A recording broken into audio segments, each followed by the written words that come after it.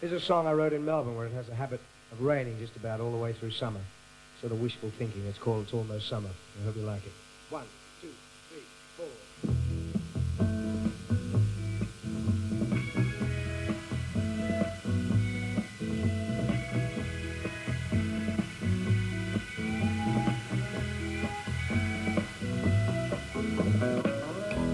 It's almost summer. I can almost feel that sweet sunshine pouring out this heart of mine. Ooh, Lord,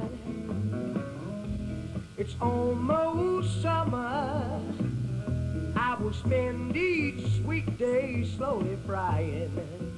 I can't wait for the summertime. Ooh, summertime.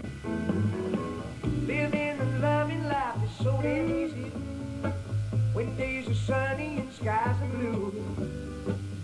Dancing all night, some party till the daylight.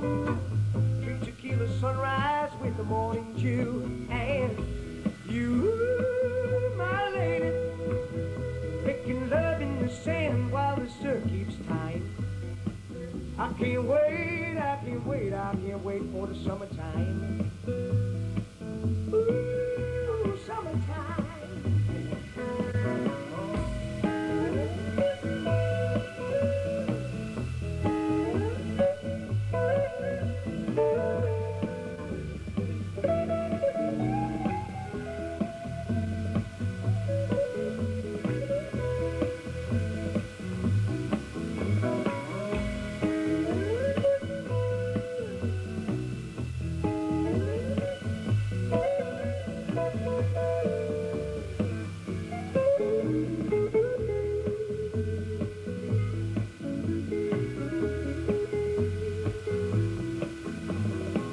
Living and loving life is so damn easy when days are sunny and skies are blue.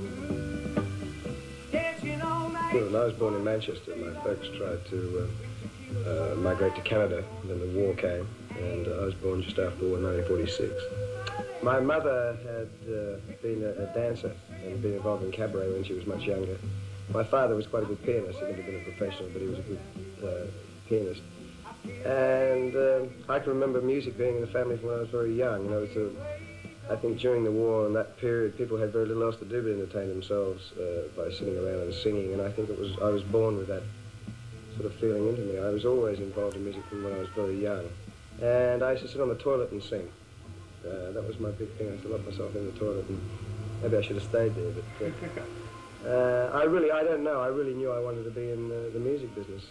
When I came to Australia, my father brought me a guitar, which I played for a very short amount of time and gave it away. But it wasn't long after moving to Brisbane that a TV channel opened up there, Channel 9. And I did my very first show the week before that opened at a Catholic dance. My parents had a shop and they had a storeroom in the back, and I used to sit around and tinker around with a guitar and sing. A woman came into the shop and heard me and said, would I like to do this concert, which I did. I didn't know she was the booking then for the channel. And the very next week, after being in the music business professionally for a week, I was on television weekly, regularly. I was 11. This is a song I wrote about 6, 7 years ago when I first started playing guitar. I used to ride around in buses a lot on tour, and I learned to play this riff. This just gradually carried on and carried on and carried on, and finally I wrote a song around it. You know, something like this. This time tomorrow morning, I wonder just where I'll be. This time tomorrow morning, I wonder just where I'll be. This time tomorrow morning, I wonder just where I'll be. 'Cause I got the sheriff and his hound dogs after me. Well, this time yesterday evening, I shot away some man's life. I came home a little early and caught him messing with my wife. I know no jury would hang me for shooting such a low-down bum, but I prefer to take my chances here on the run. Now, this time tomorrow morning, I want it just the way I be. This time tomorrow morning, I want it just where I be. And this time tomorrow morning, I want it just the way I be. 'Cause I got the sheriff and his hound dog after me. Well, it's cold, it's dark, and I'm hungry, and my feet, they were wet and they sore. And there ain't nothing but rain pouring down outside this freight car door. Well, I'd rather spend the rest of my life sleeping on a floor of straw than to hear the sound of silence from inside a prison door. This time tomorrow morning, well, I want it just the way I be. This time tomorrow morning, well, I want it just the way I be. And this time tomorrow morning, I want it just the way I'll be.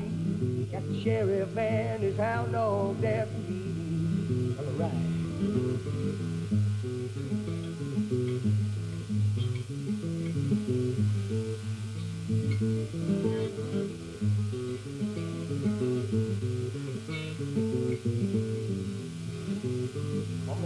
Well, it's time tomorrow morning, I want it just the way I be. Yes, it's time tomorrow morning, I want it just the way I be. And this time tomorrow morning, well, I want it just the way I be. I got the sheriff and his hound dogs, said the sheriff and his hound dogs, sheriff and his hound dogs after me.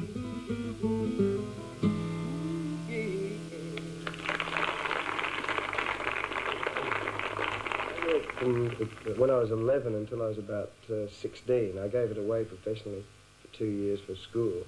I worked at a band called The Planets, and they really looked after me. They were guys that were then in their 30s, and had sort of really been around the traps in Australia. They played all over the place during the O'Keefe and the Cold Joy era. I was taken down with a couple of the guys that were in The Planets and introduced to Jimmy Hannon. I was about 15. And Jimmy Hannon then, I don't know if you can remember, had Buck Tea? Saturday Date and Buck Tea. Yeah, you can remember Saturday Date, which is sort of the forerunner of Countdown, you know. And he had it every Saturday afternoon. It was the only poppy show of its kind. I met John Harrigan, who was running Surf City, and I was offered a gig in New Zealand, and at 16 I found myself stuck in New Zealand for 2 months without a penny. Came back to New Zealand and lived in the Cross. I was living behind Surf City in a place called the Canberra Oriental Hotel, and I wandered over one day, and Surf City was going. And I walked in, and there was a band playing called the Aztecs. Vince Maloney, Colin Bajan on drums, Bluey Watson on bass.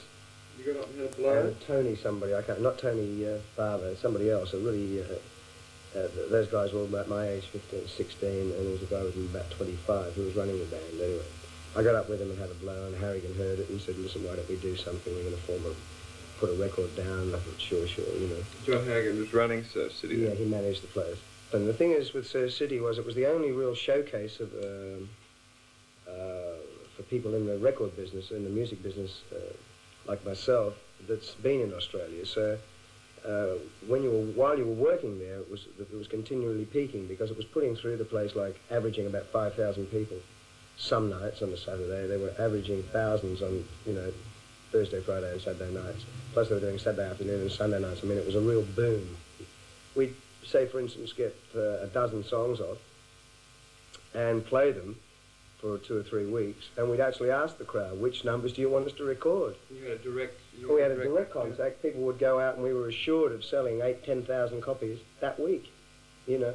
And that's how it was working, Over the Rainbow. We just said, you want us to record Over the Rainbow? Yeah, bang, #1. And we were very rough and very raw and very naive and very green, but we were, in this environment, totally original. We looked different, we sounded different, our approach was different. We were 16 and 17-year-olds, as opposed to the 30 and 40, you know, 35-year-old superstars of that day.